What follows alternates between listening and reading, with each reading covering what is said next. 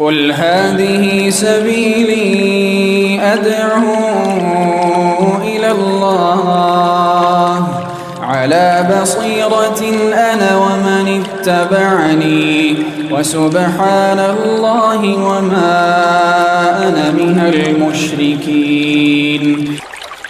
بسم الله الرحمن الرحيم. السلام عليكم ورحمة الله وبركاته. Alhamdulillahi Rabbil Alamin, wal aqibatu lil muttaqina fala udwana illa 'alal zalimin.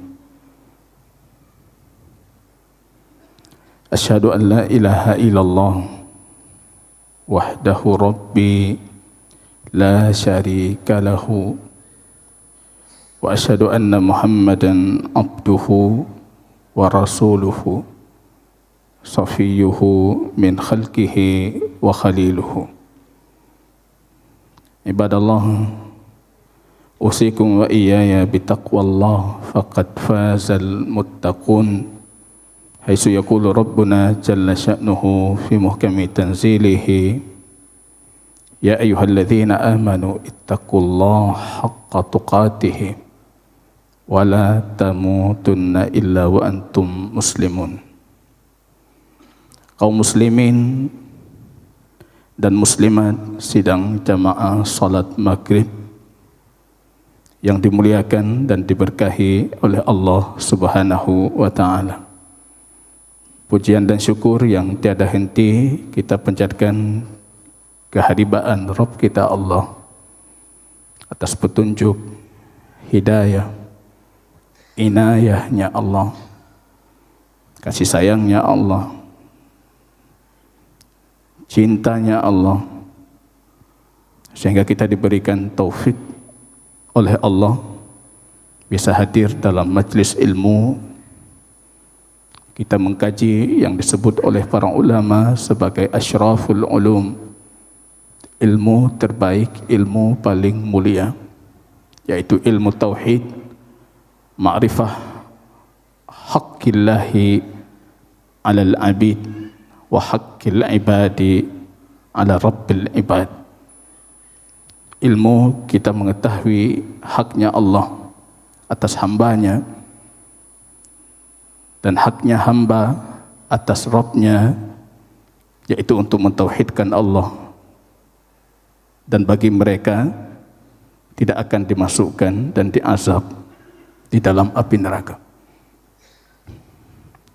Berbahagia kita jamaah kaum muslimin, sebagaimana Imam Ibn Sirin mengatakan, fatuba lil a'jamiyyin aw li hadisi sinnin, satu keberuntungan untuk orang ajam non-Arab, remaja yang baru balik, ketika dia diberikan taufik untuk mempelajari akidahnya ahlu sunnah wal jamaah, yang bersumberkan kitab Allah, bersumberkan hadis Habib kita baginda Rasul sallallahu alaihi wasallam. Fatuba lakum ayyuhal jamaah, keberuntungan untuk kita jamaah kaum muslimin. Yang kita kaji adalah kitab tauhidnya fi dhawi aqidati al-imam asy-Syafi'i rahimahullah. Kitab tauhid dan akidah berlandaskan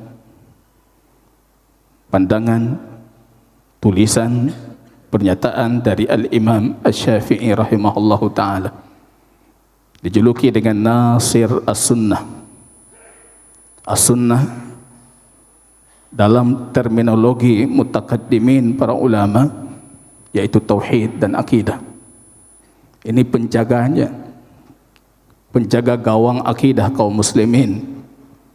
Ketika masuk falsafat luar, teologi-teologi luar ke dalam budaya dan akidah Islam, ada Asy-Syafi'i rahimahullah, dijuluki beliau sebagai Nasir As-Sunnah, penjaga gawang sunnah, penjaga gawang akidah yang lurus. Dan saya pastikan semua kita sepakat kalau beliau adalah alim daripada ulamanya Ahlus Sunnah wal Jamaah. Kaum muslimin yang Allah muliakan, kita membaca di pertemuan terakhir masih seputar hukum kuburan. Dan kuburan itu bisa jadi sebab dari awal sebabnya kesyirikan, sebagaimana nanti akan kita bacakan asar dari Al-Imam Ibnu Abbas radhiyallahu taala anhuma, atau bahkan baginda Rasul menjalang meniup ajal terakhirnya, Rasulullah mengingatkan umatnya, la tatru'uni kama tara'atin nasara Isa ibn Maryam. Jangan kalian berlebihan sepeninggalanku nantinya seperti berlebihannya kaum Nasrani terhadap Isa ibnu Maryam. Wala taj'alu qabri wathanan yu'bad. Jangan pernah kalian jadikan kuburku itu sebagai berhala yang disembah selain Allah. Padahal kubur Nabi, jamaah, di dalam kubur itu Habib kita Rasulullah, kekasih hati kita. Tapi ketika kubur itu dijadikan sebagai tempat ibadah atau tempat diperuntukkannya ibadah selain Allah, maka itu adalah berhala yang disembah selain Allah. Begitu hadis baginda Rasul. Ada kaum muslimin yang berlebihan dalam tema ini. Al-Ghulat. Kubur bagi mereka segalanya. Ketika di masjid mereka salat, hati mereka tidak khusyuk.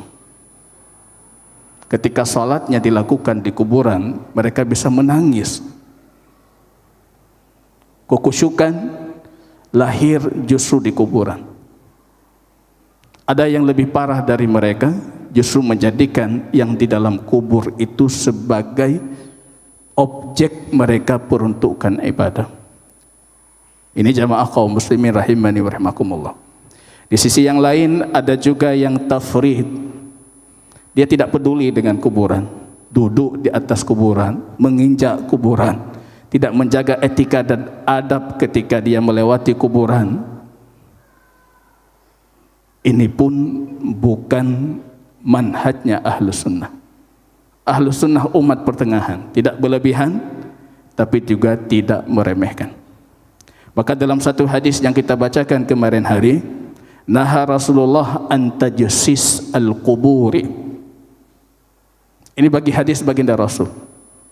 Hadis ini bukan lahir abad 14 Hijriyah di Saudi Arabia dari dakwahnya Syekh Muhammad bin Abdul Wahhab, enggak ada hubungan. Ini jauh ketika baginda Rasul masih hidup, hadis ini beliau tuturkan. Baginda Rasul melarang kuburan itu dikapuri. Kalau bahasa sederhana kita hari ini, disemen. Melarang juga baginda Rasul al-kitabah alaiha, menulis di kuburan. Silakan Anda terjemahkan, Anda tafsirkan, tapi begitu baginda Rasul bersabda. Kalau ini orang yang berlebihan, Rasul juga mengingatkan, melarang duduk di atas kuburan, orang yang meremehkan kuburan, wal bina alaiha, dan membangun kuburan. Kemarin hari sudah kita jelaskan rincian dari pandangan para ulama dari 4 madhab. Hampir semua mereka sepakat kalau kuburan itu di atas tanah wakaf, ardun musbilah, maka itu haram dibangun secara mutlak. Kalau dibangun berarti fungsi wakaf untuk kuburan itu akan berhenti ketika kuburan itu penuh. Padahal dalam jangka waktu tertentu kuburan itu bisa dikuburkan orang lainnya. Maka fungsi tanah wakaf itu berhenti. Ini jamaah harus dipahami betul-betul. Karena kemarin setelah selesai kajian 2 minggu yang lalu ada yang bertanya, "Hantom tak dengar Ustaz, kijit sampai harum pegar kuburan di tanah wakaf." Lain lo kepahami. Yang saya sampaikan, membangun kuburan di tanah wakaf. Itu jumhur para ulama lintas madhab, mereka sepakat mengharamkan. Perselisihan nanti akan kita lihat kalau itu tanah pribadi. Jangan sampai fungsi tanah wakaf itu berhenti. Itu yang terjadi di Aceh hari ini. Banyak kampung yang menyampaikan, Ustaz, kamu kena belah tanah kuburan loh. Tanah kuburan awai, kabeh tak penuh. Karena memang semuanya kita bangun. Padahal wakaf itu mengambil manfaat tanah dalam kondisi dia terus berlanjut. Itulah wakaf. Kebaikan yang terbaik. Sedekah yang paling mulia. Kita juga menggalakkan kaum muslimin. Mana kaum muslimin yang Allah lapangkan hartanya? Kenapa tidak berani mengeluarkan sedikit dari tanah yang kita miliki untuk wakaf pemakaman kaum muslimin? Orang tua kita dulu, Masya Allah, orang Aceh luar biasa. Wakaf masjid, wakaf kuburan, wakaf ini. Kita hampir semua kampung, masjid tanah dibeli, kubur tanah kita beli. Ini jadi pelajaran kita jamaah. Itu dilarang, sepakat para ulama. Kemudian yang kedua, kalau membangun kuburan atas asas berbangga-bangga terhadap kuburan, dari sisi keindahan, kemewahan kuburan, itu juga para ulama semuanya sepakat itu haram. Kadang-kala kita pergi ke pemakaman, kita langsung bisa membedakan, nyo keluarga tho nyo lagak ada kuburan, gesuutnya keluarga kamu Ustaz, yang belah di keluarga urung belah di kuburan agak kurang lagak macam. Bermegah-megahan ini yang masuk ke dalam larangan alhaakumut takatsur. Kalian bermegah-megahan dan bermegah-megahan kalian itu mencelakakan kalian. Hatta zurtumul maqabir, bahkan kalian bermegah-megahan sampai ke kuburan. Bermegah-megahan sampai ke kuburan kata para ulama, bermegah-megahan yang di bawah kubur.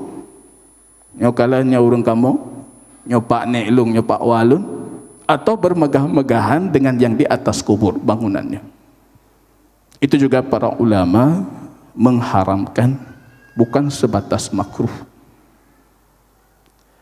Yang jumhur para ulama mengatakan hukumnya makruh kalau sekiranya tanpa dua unsur di atas. Itu mayoritas para ulama mengatakan makruh. Membangun tidak ada unsur lain. Karena ini sifatnya makruh. Kalau sekiranya ada kebutuhan, karahah, dibencinya itu hilang, maka jadi hukum mubah. Siapa tahu kita menguburkan orang tua kita di tanah yang mudah runtuh, gembur. Terpaksa harus kita bangun hanya untuk menopang tanah. Itu para ulama semua sepakat itu boleh.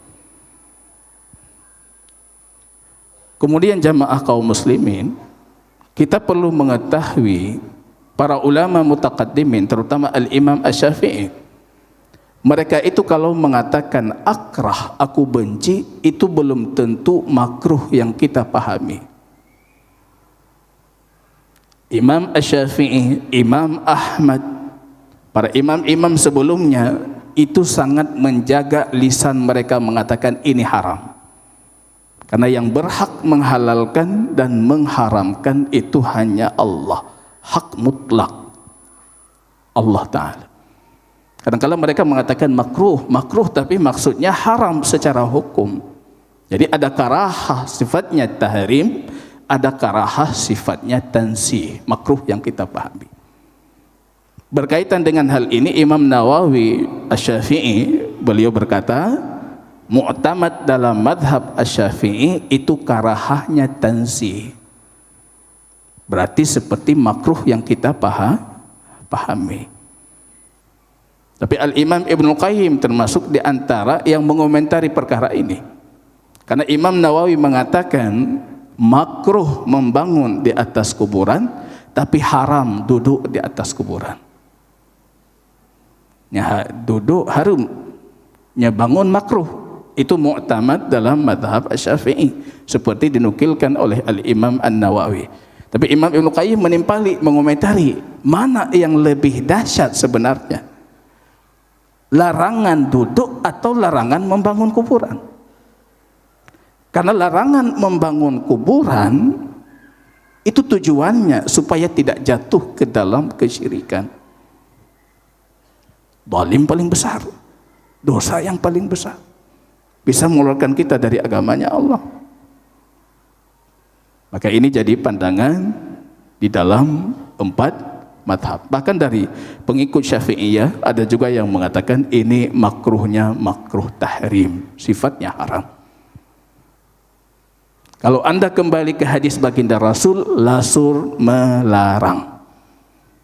Kalau penjabaran para ulama seperti yang saya sebutkan, ini sepatutnya kita jadikan sebagai pengayaan, pemahaman kita bersama untuk senantiasa kita menjaga hak Allah, hak Rasulnya, baik dalam kondisi hidup atau bahkan setelah kita wafat.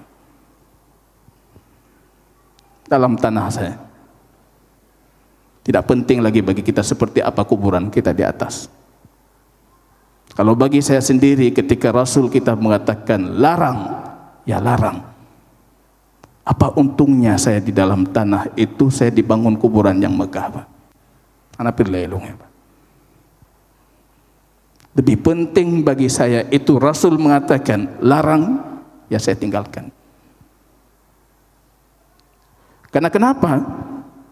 Perkara kuburan ini besar di dalam timbangan hukum Islam. Karena dulu Al-Imam Ibnu Abbas di sini menyebutkan riwayat, dinukilkan riwayat ini oleh Imam Syafi'i dengan juga para a'imah yang lain. Fi qaulillahi ta'ala, ketika menafsirkan firman Allah, wa qalu la tadharunna ila alihatakum wa la tadharunna waddaw wa la suwa'a wa la yaghusa wa ya'uka wa nasra. Kaum Nabi Nuh itu berkata kepada kaumnya, saling mengingatkan dalam keburukan, jangan sekali-kali karena dakwahnya Nuh alaihi salam kalian itu meninggalkan Tuhan-Tuhan kalian, yaitu Tuhan kalian yang bernama Wad, Suwa, Yaghus, Ya'uq, Nasra, nama-nama Tuhan di kaum Nabi Nuh. Berkata Al-Imam Ibnu Abbas, kana ummah ala millatin wahidah. Dari semenjak Adam alaihi salam sampai 10 abad, Pak. Ala asyara qurun, 10 abad. Kuntum ummatan wahidah, katalah kalian umat yang satu, ahli tauhid, Pak. Enggak ada syirik. 10 abad enggak ada syirik. Hingga wafatnya orang-orang saleh. Setelah 10 abad itu atau menjelang 10 abad itu, ada orang-orang saleh yang namanya itu Wad, Suwa, Yaghus, Ya'uq, Nasr. Urung-urung saleh. Apa kata Al-Imam Ibnu Abbas? Hadhihi asma' rijal salihin min qaumi Nuh. Ini nama orang-orang saleh dari kaum Nuh. Falamma halaku, ketika mereka wafat, auha syaitanu ila qaumihim. Syaitan membisikkan kepada kaumnya, aninsibu ila majalisihim allati kanu yajlisuna fiha ansaba. Untuk meletakkan di tempat mereka duduk dulunya ketika hidup di majlis-majlis mereka. Pertanda, ansab itu disebutkan oleh para ulama sebagai pertanda. Kalau ini si fulan, ini si fulan, ini si fulan. Ada yang mengatakan dibuatkan dalam bentuk patung yang menyerupai orang saleh itu. Di awal itu cuma sebatas untuk memotivasi mereka beribadah. Kami nggak menyembah ini. Tapi ketika kami melihat, mengenang mereka itu, lahir motivasi kami beribadah, Pak. Makin semangat kamu ibadah, Pak. Bagaimana syaitan bermakar, bermain dengan akidah kita. Syaitan tidak mungkin dia yang buruk itu dinampakkan buruk. Kita nolak. Tapi yang buruk itu dibuat sebagus mungkin supaya kita terima tanpa sadar kita jatuh dalam keburukan. Itu sumpah syaitan, Pak.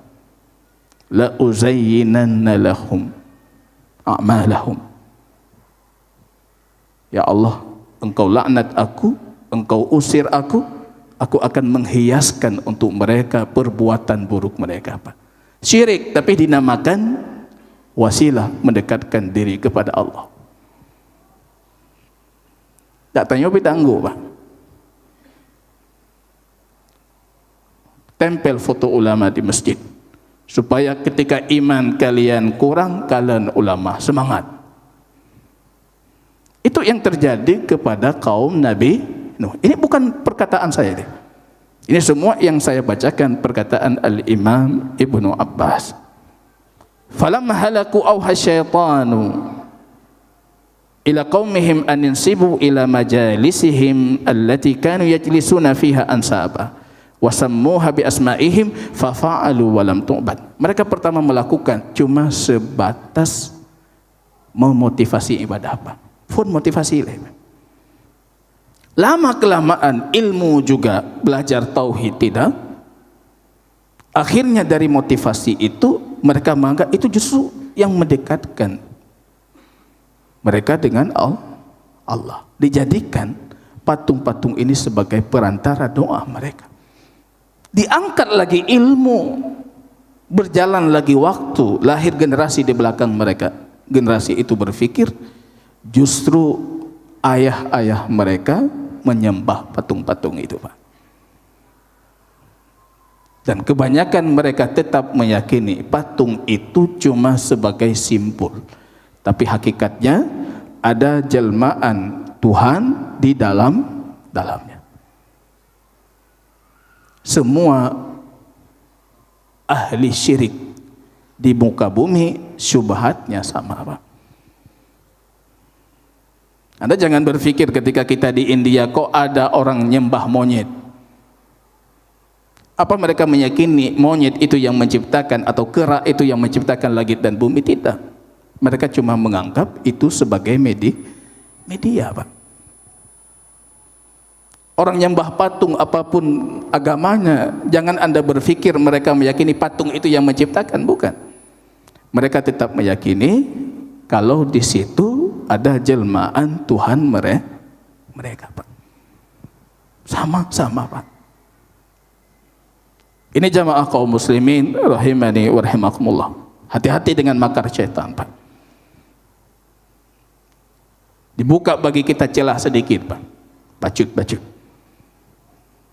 Makanya di pertemuan sebelumnya itu sudah kami jelaskan bagaimana hakikat kuburan yang seharusnya berdasarkan Al-Quran dan hadisnya baginda Rasulullah sallallahu alaihi wasallam.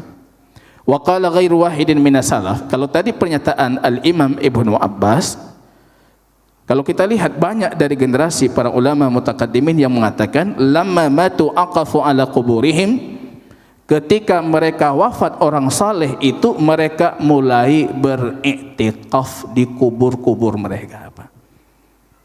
Ibadahnya bukan lagi di tempat ibadah seharusnya, tapi justru di kuburan, Pak. Summa sawwaru tamasilahum. Pertama mereka tidak membuat patung, tapi cuma menggambar bentuk-bentuk para ulama yang sudah wafat itu, Pak. Imulai pun ditulis kayak ibu kaya tungku fulan. Ketika generasi itu hampir habis, mereka berpikir ini kalau cuma sebatas nama, kenangan tentang orangnya akan pudar, hilang. Berarti kita gambar, Pak. Kayak gambar, Pak. Lih gambar pikirlah, bertambah lagi jadi patung, belum disembah juga. Tapi generasi berjalan, ilmu Allah angkat, akhirnya dijadikan sembahan, Pak. Kita akan berjumpa dengan Allah. Dengan apa yang kita mau berjumpa dengan Rabb kita Allah? Kalau tadi Anda semua yang ada unsur syirik walaupun sedikit pun, ya sudah saya ambil, saya tinggalkan itu. Toh ibadah yang lain banyak sekali yang Allah suruh, sepakat para ulama boleh atau harus kita lakukan, itu pun belum kita lakukan, Pak. Untuk apa kita tambah yang hana lahala, Pak?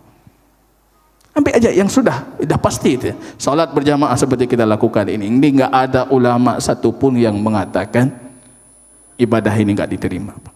Baca Quran enggak ada yang mengatakan tidak diterima. Puasa ini itu banyak sekali. Ibadah kita di sini tidak ada satupun ulama lintas madhab yang mengatakan ibadah kita salah di rumah Allah. Tapi ketika kita jadikan di tempat-tempat lain yang justru Allah haramkan atau bahkan menjadi cikal bakal lahirnya kesyirikan. Kita membaca karyanya Imam Asy-Syafi'i, beliau berkata,